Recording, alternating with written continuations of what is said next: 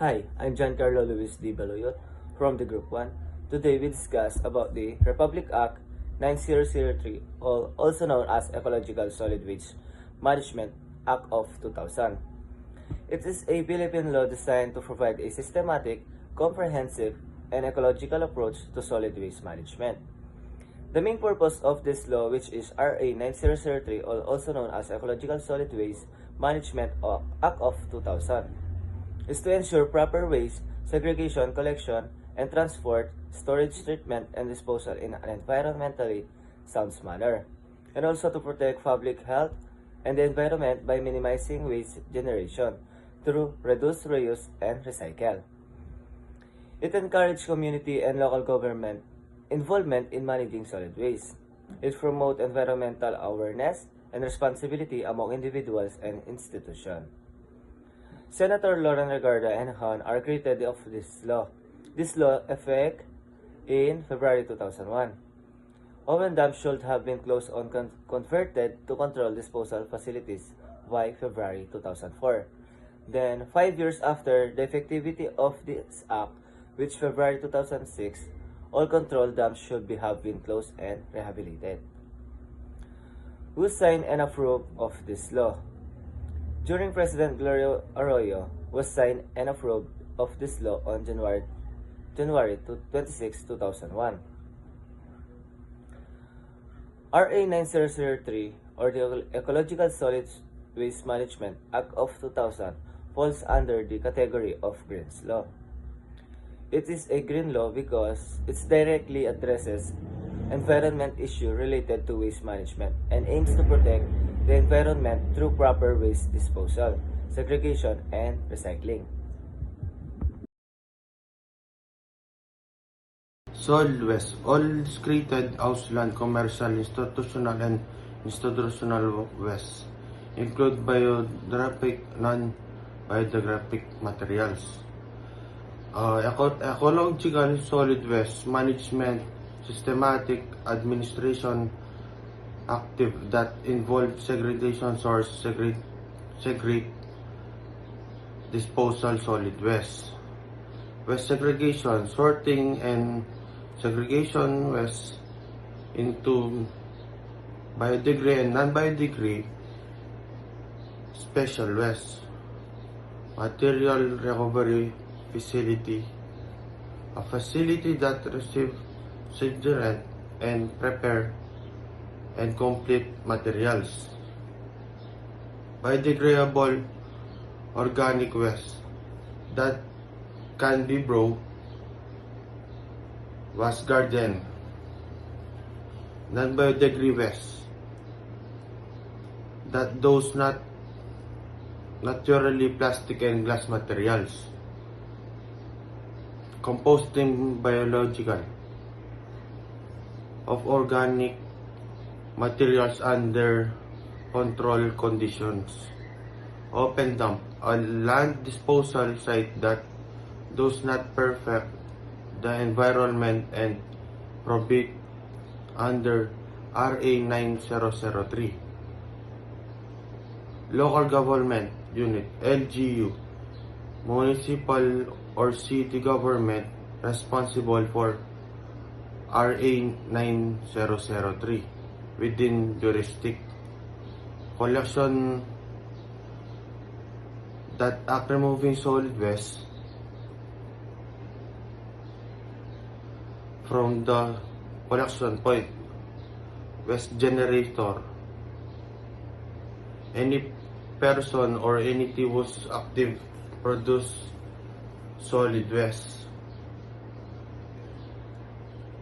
Hazardous waste that pose substance or potential threat public health or environment. Special waste that required special handling such household hazard waste and legal waste.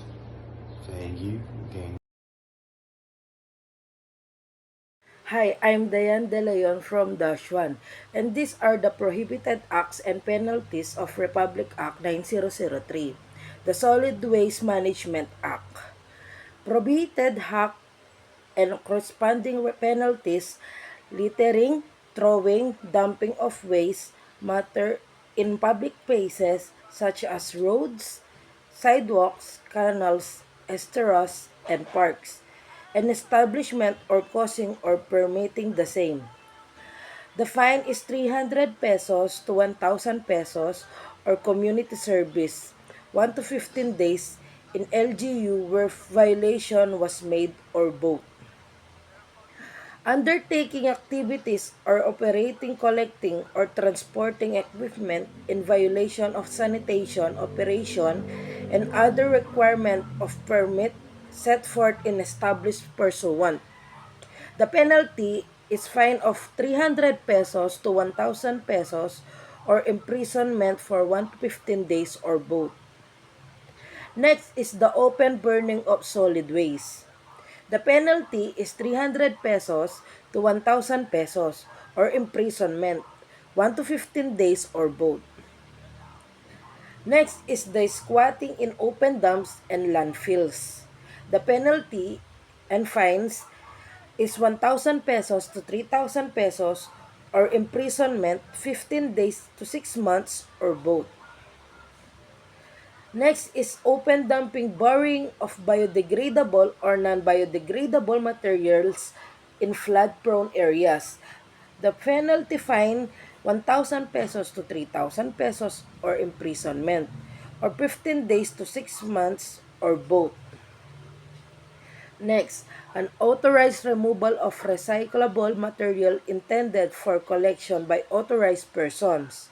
The penalty, fine for 1,000 pesos to 3,000 pesos or imprisonment, 15 days to 6 months or both. The mixing of source-separated recyclable material with other solid waste in any vehicle, box, container, or recyclable used in solid waste collection or disposal. First offense, fine of 5,000 pesos plus 5 to 10% of next income during the previous year. Establishment or operation of open dumps as enjoined in the Act or closure of said dumps in violation of this section 37.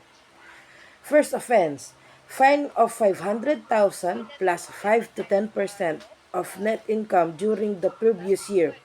Subsequent violation, imprisonment of 1 to 3 years in addition to fine.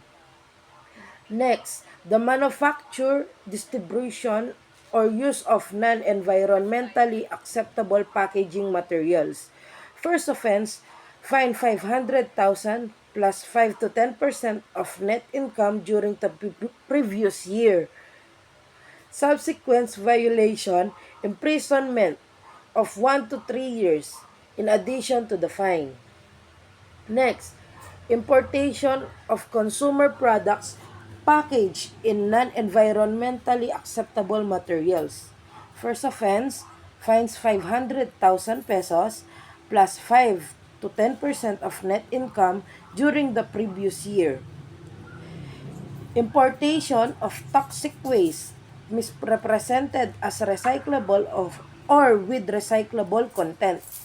The fine penalty 10,000 pesos to 200,000 pesos or imprisonment 30 days to 3 years or both.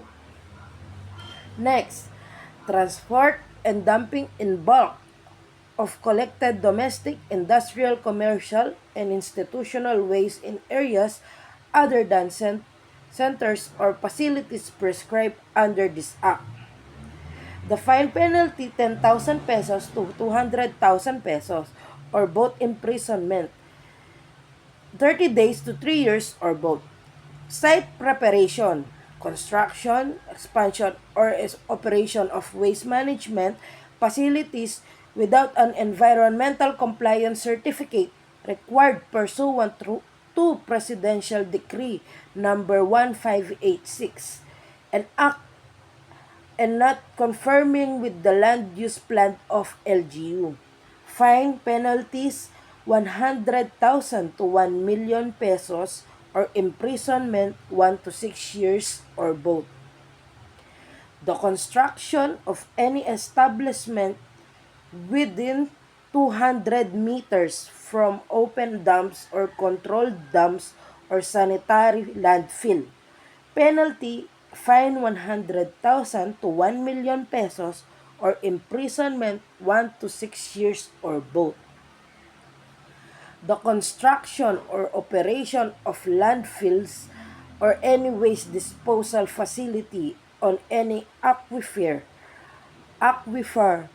groundwater, reservoir, or watershed area and or any portion thereof. Fine penalties 100,000 pesos to 1 million pesos or imprisonment 1 to 6 years or both. That's the penalties and fine of a Republic Act 9003 Solid Waste Act Management. Thank you.